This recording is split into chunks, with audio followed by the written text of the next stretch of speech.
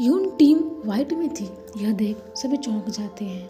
तभी हमें दिखाया जाता है कि थोड़ी देर पहले कैसे संजय जाके प्रोफेसर के पास उससे यह बोलता है कि वो टीम में पार्टिसिपेट नहीं कर सकता क्योंकि उसके पैरों में चोट लगी है। वहीं वो अपने साथ एक बूढ़ी लेडी को लेके आया था जिसे वो टीम का कैप्टन बना के प्रेजेंट करता है। प्रोफेसर इसके लिए भी तैयार हो गया था। दूसरी तरफ हमें यून का दिखाया जाता है जब यून उस प्रोफेसर के पास जाके उसे बोलती है कि नहीं, वो टीम ब्लू में नहीं जा सकती, उसका टीम वाइट है क्योंकि उसने पूरे बच्चों के सामने वाइट कलर की बॉल उठाई थी, इसीलिए वो बच्चों के साथ गद्दारी नहीं कर सकते।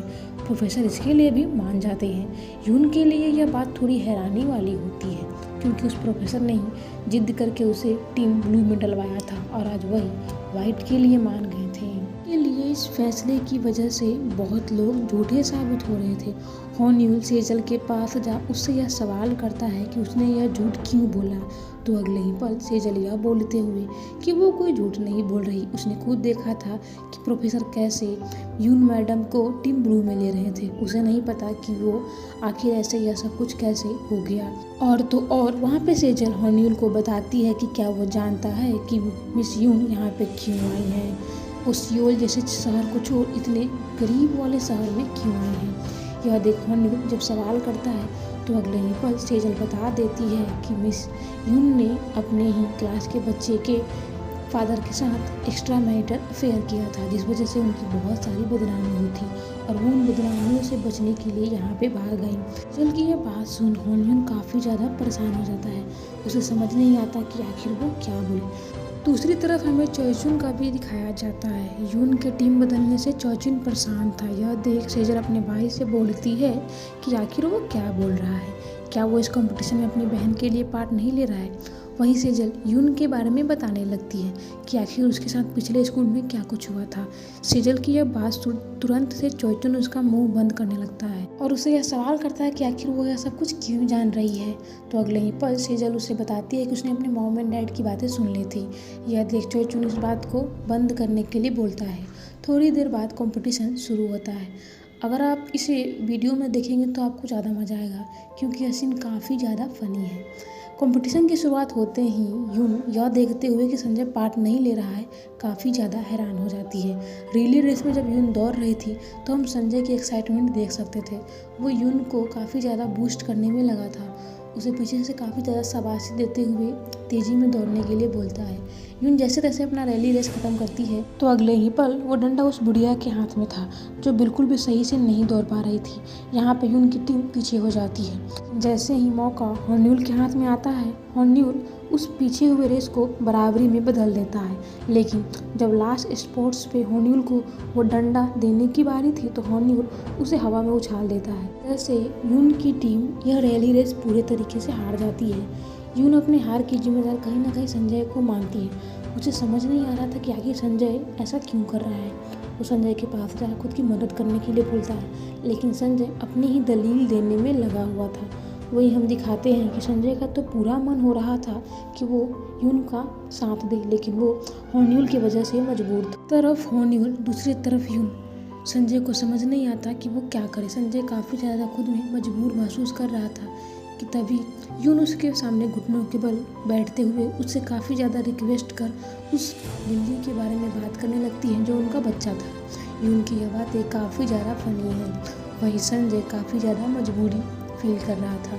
तभी अगला सीन हमें उस मीडिया इंटरव्यू का दिखाया जाता है जहाँ पे अभी यून की मॉम मीडिया के सामने बैठे हुए उनके सवालों का जवाब दे रही थी।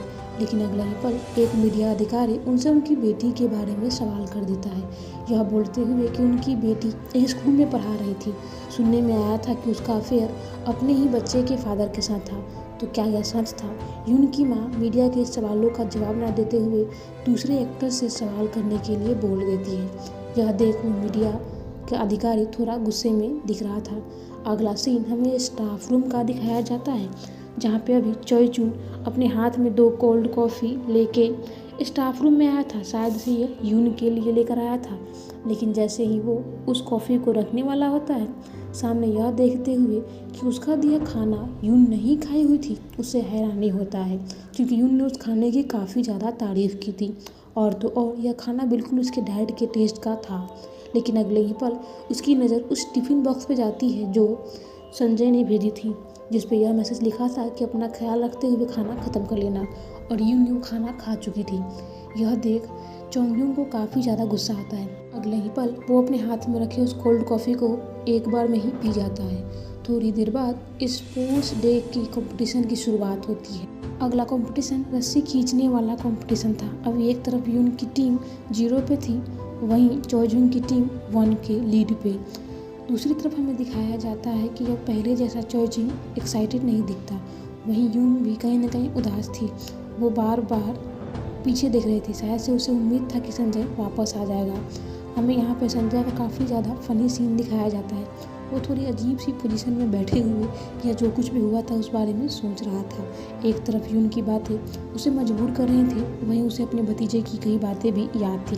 तभी अचानक से हम देखते हैं कि उस कॉम्पिटिशन की शुरुआत होती है, लेकिन शुरुआत होने से पहले ही वहाँ पे संजय आ जाता है और अगले ही पल उस कॉम्पिटिशन को रोक वहाँ पे वो रस्सी की एक छोर पकड़ लेता है। संजय के आने से जहाँ टीम वाइट में एक्साइटमेंट बढ़ जाती है, वहीं टीम ब्लू पहले ही हारा हुआ महसूस कर रही थी। वे कंपटीशन के दौरान चोइजिंग और संजय के बीच में चल रही तामातोर में अचानक से ही सीन फ्लैशबैक का दिखाया जाता है, जहाँ से हमें यह पता चलता है कि चोइजिंग को संजय कुछ परेशान करने वाले लड़कों से बचाते हुए उसे अपने लिए हायर किया हुआ था, जहाँ पे चोइजिंग उसके भतीजे को देखभाल करते हुए संजय को पढ़ने में मदद कर रहा था। वहीं कंपटीशन की बारी आती है तो अगले ही पल संजय जैसा कि तय था एक झटके में ही चोइजिंग की टीम को हरा देता है। चोइजिंग के हारने के बाद यून काफ़ी ज़्यादा एक्साइटेड हो जाती है क्योंकि वो जीत चुकी थी। वहीं संजय भी यून की खुशी देख के खुश था और हमें यहाँ पर देखने को मिलता है कि सेजल काफ़ी ज़्यादा उदास लगती है। सेजल की यह उदासी ना तो होन्यूल को अच्छा लगती है ना ही चोइजिंग की। वहीं पे हमें दिखाया जाता है कि आज संजय की फैक्ट्री में एक लेडी संजय से मिलने वाली थी, जिससे उसका दोस्त वेट करने के लिए बोलता है।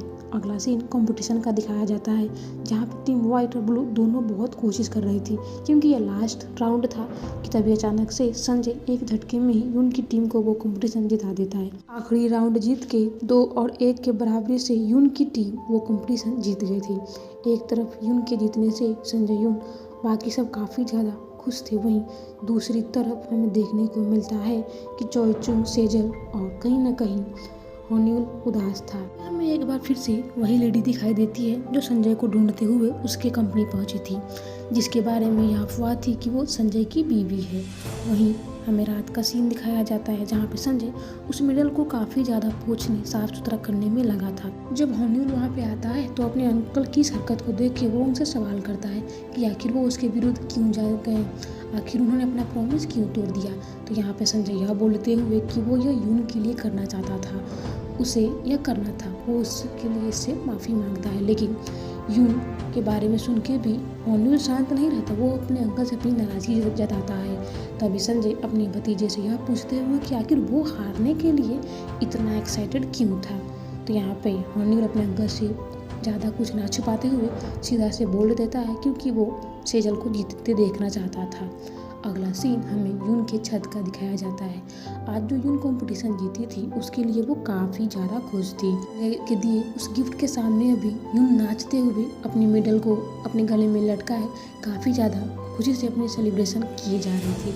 वहीं बार बार उसे संजय का ही ध्यान आ रहा था, वो बंदा कितना स्ट्रॉन्ग है, उसकी फिजिक्स कितनी तगड़ी है। संजय के बारे में सोचते हुए यून के चेहरे पे मुस्कान थी, वो खुद में यह बोलते हुए कि वो हर बार उसकी तरफ अट्रैक्ट कैसे हो जाती है, आखिर वो उसे इतना लगाव क्यों महसूस कर रही थी।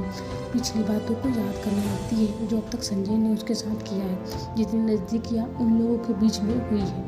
और तभी अचानक से यून अपने ख्याल से बाहर आके खुद को डांटने लगती है कि नहीं, वो ऐसा क्यों सोच रही है, ये गलत है, उसे संजय से दूरी मेंटेन करना होगा, वो उसे पसंद नहीं कर सकती, वो उसके क्लास के बच्चे का अंकल था, यह बिल्कुल गलत होगा। ये सेजल का घर का दिखाया जाता है, जहाँ आज सेजल के उस रिले रेस के जीतने की वजह से उसके पेरेंट्स काफ़ी ज़्यादा खुश थे, लेकिन यह खुशी सेजल के चेहरे पे नहीं थी क्योंकि वो लोग पूरा कंपटीशन जीतना चाहते थे, जो कि नहीं हो पाया था। सेजल अपने घर में चल रहे टीवी के फुटेज को देख रही थी, तभी अचानक उस फुटेज को देख के वो रुक जाती है और कहीं ना कहीं वो थोड़ी हैरान भी थी।